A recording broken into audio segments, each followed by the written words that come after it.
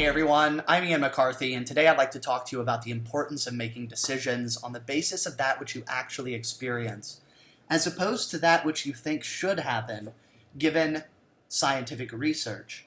Because as important as I think science is, and as much as I think most people, including myself, would benefit from reading more scientific literature and being more cognizant generally of the totality of scientific knowledge that humanity has accumulated over the couple of years we've existed, I also think it's very important we recognize the limitations of the scientific research that has been performed and the scientific knowledge which results. And to narrow the scope of this discussion to fitness in particular, I think we need to recognize that to a large extent, what is done generates means given particular protocols, which is to say, a group of researchers, a group of researchers will set out to test a certain hypothesis, and they will design a protocol or protocols which they feel effectively test that, and they'll take a given number of subjects and they'll have them run these protocols and they see what happens. Very often, well, with sufficient frequency to be something to think about, individual data isn't reported, and what you get is an average response given this particular protocol. So what does this tell us? This tells us that these subjects, as well as probably people who are sufficiently similar to those subjects, will, on average, respond in roughly this way to this protocol or these protocols. What does this not tell us?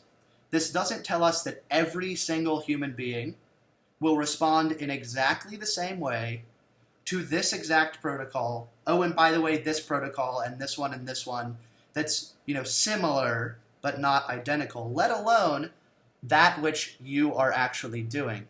And what this certainly doesn't tell us is that you, Joseph Smith, and I love that that's the name I thought of, are going to respond in exactly this way to this protocol.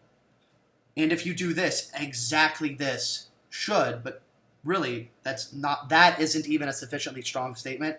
You will respond in this way.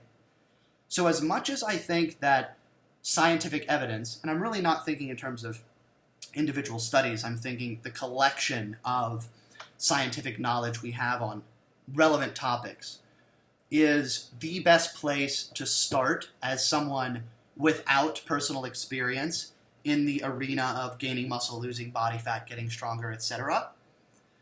I feel that the more experience you accumulate, the more important it becomes that you make decisions on the basis of that which you experience.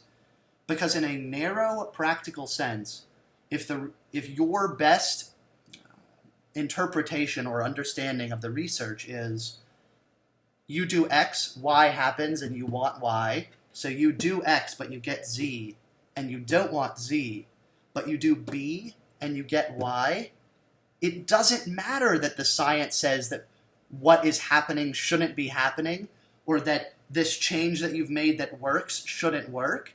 In practice, what matters is that this doesn't work, and this change does.